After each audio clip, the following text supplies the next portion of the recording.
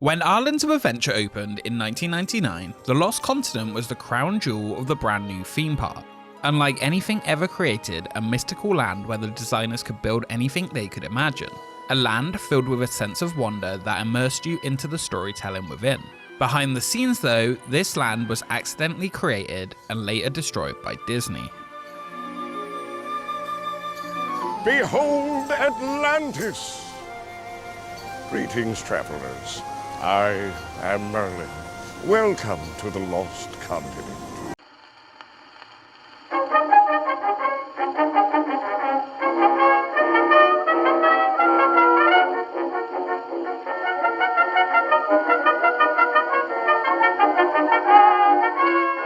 When Universal and Disney both opened movie-themed studio parks in the early 90s, it began a theme park era where large box show buildings became the norm. Large sound stages that didn't have to be hidden because they were the theme. No logic was required to the layout because on a movie set, it didn't matter. By the mid-90s, the movie studio theme park concept was fading and the mystery of movie making was all but well known. With behind the scenes extra features, easily viewable at home, and digital effects on the rise. To counter this, Disney was to build, at the time, the most immersive theme park ever created, Animal Kingdom. Today, all of the ideas, planning, and construction have come together to make Disney's Animal Kingdom the most unique theme park in the world. More than just a place to see animals in their natural habitat, Disney's Animal Kingdom brings the adventure and thrill of being close to these wonderful partners sharing our planet. The opposite in every way of a studio park, with details in every corner and a huge budget to match. Animal Kingdom is coming on stream, will open when? Next spring, May 6th. Cost what, $1 billion? Cost a lot. A lot of money. A lot of money. Okay. Only 9 years after MGM Studios had opened, the theme park industry was changed forever. Animal Kingdom took guests into a new realm, fully realized in every direction. Down to the tiniest detail, Africa was brought to life where you could take a safari to see real animals. Every single aspect inside precisely placed to tell the park's story. One area though felt slightly out of place, and that was Camp Mini Mickey. Featuring less than immersive theming, it stood out as an odd mix compared to the rest of the park. A mix of meet and greets and 2 shows housed in temporary looking theatres. The whole area was never meant to be permanent. Welcome to the kingdom of animals, real, ancient, and imagined. A kingdom ruled by lions, dinosaurs, and dragons. Animal Kingdom was built as the home to animals, real and mythological. On opening though, you would have to look real hard to find these imagined animals because they did not exist within the park. Now this little outcropping of rocks over here, we call this Dragon Rocks. Because there's something very peculiar about the rocks, and you may soon find out.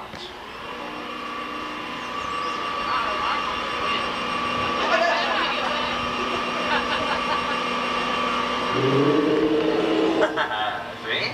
See?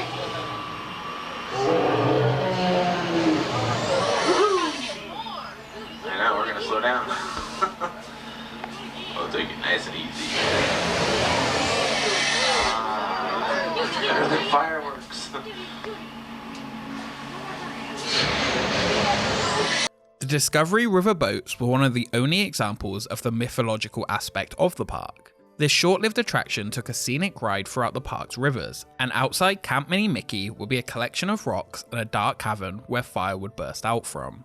Seems kinda odd to have a dragon breathing fire outside of the children-themed Camp Mini Mickey, and that is because what was supposed to be there did feature a dragon. It was supposed to be Beastly Kingdom. Animal Kingdom was built not just to be another zoo. In fact, Disney repeatedly made this point when talking about the upcoming park. The highlight of this storytelling theme park would feature the mythological creatures, an entire land dedicated to the stories of legend that would double the park's ride count. Instead of a temporary land full of character interactions, you would enter a fantasy world, but unlike Magic Kingdom, based in realism, a land ruled by good and evil. 2 opposing realms. To the right, the Kingdom of Light, a beautiful oasis of fountains, arches, columns, and dancing water. A peaceful kingdom with 2 attractions. Animal Kingdom's only dedicated dark ride would be a boat ride through the gardens featured in the Dance of the Hours segment from the 1940 classic Fantasia, complete with dancing animals from the film. The second attraction would be a walkthrough experience known as the Quest for the Unicorn, a real hedge maze with a puzzle to unlock the unicorn's grotto. Those who collected the 4 parts of the code would be able to enter the grotto and come face to face with the unicorn in its home. In contrast to this, the left side of the land would be a dark, lantern-lit forest that by following its twisted path, you would end up in a medieval village and the ruins of an abandoned castle. Locals in the village spoke of a mysterious dragon who lived inside, who would light the falling castle's waterfall and set it aflame. Inside the castle would be the ride, the whole park's biggest e-ticket attraction, Dragon Tower. A dark ride coaster combination through the heart of the castle with the dragon himself, truly making Animal Kingdom not just another zoo. The ride was a true thrill ride, something Animal Kingdom did not have when opening, taking you on an experience through dimly lit caverns and collapsing hallways, where you joined a group of bats in suspended cars to try and steal the dragon's treasure.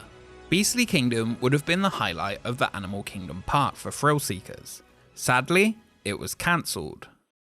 Animal Kingdom was a return to form after the failed opening of Disneyland Paris and one of the first non-IP based areas since. Park costs for the large project continued to rise, as they had underestimated the cost of the zoo segment of the park. To try and save costs, Eisner was reportedly given a choice: Beastly Kingdom or Dinoland. Only one could open on time with the park's grand opening.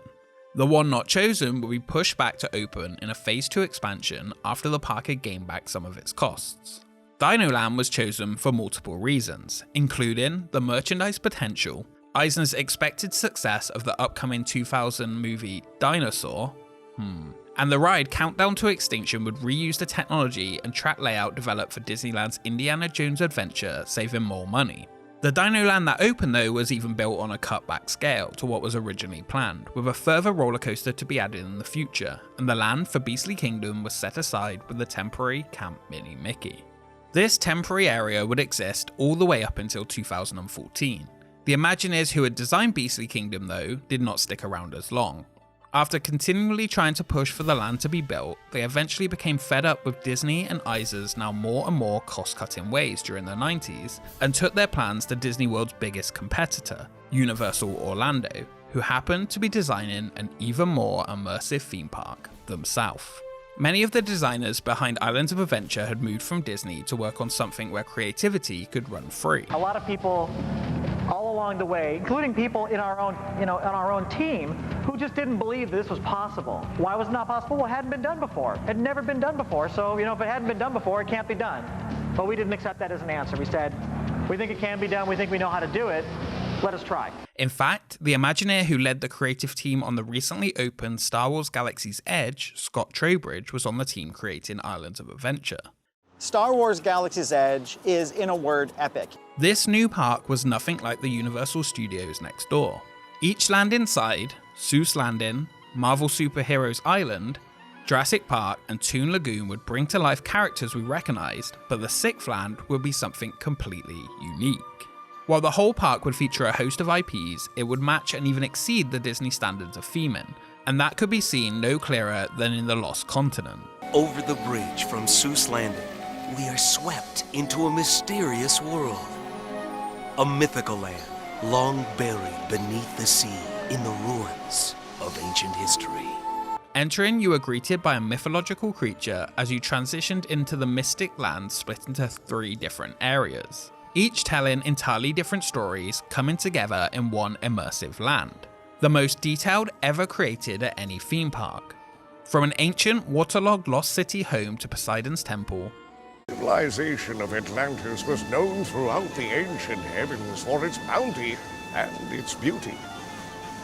Yet as they thrived, they stirred the envy of powerful forces, the mighty and jealous gods Poseidon and Zeus. To the mystery of Sinbad's Bazaar. This is the village of Sinbad, the sailor, brave hero of one of history's most famous legends, 1001 Tales of the Arabian Nights. And finally, a medieval village of legend, Merlinwood.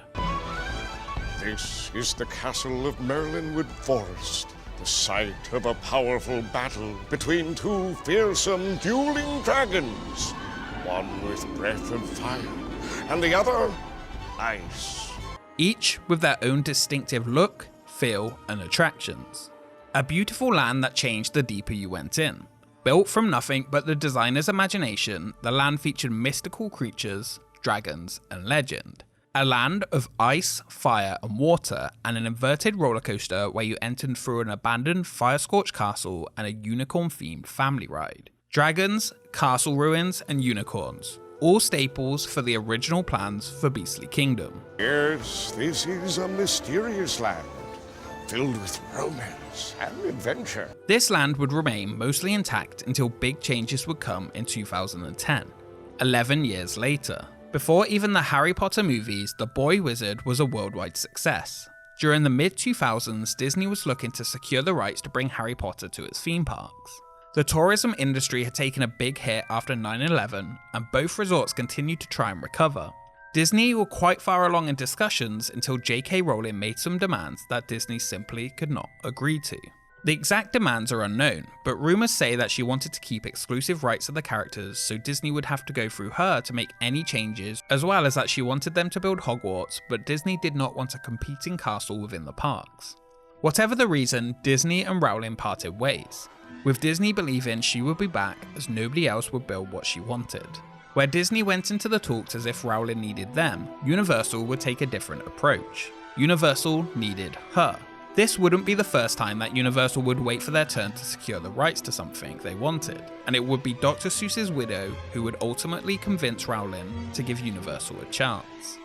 The early plans revealed that the Lost Continent will remain mostly intact, with a Harry Potter overlay in sections. While the characters and merchandise would be new, the area would mostly be the same with one major addition. Hogwarts Castle would be built on the section of land at the back earmarked for a Van Helsing ride. J.K. Rowling pushed for more though, and with it, one area of Lost Continent was no more. We are proud to unveil Universal Studios Islands of Adventure. From the far corners of the world, some fantastic journeys yet to be.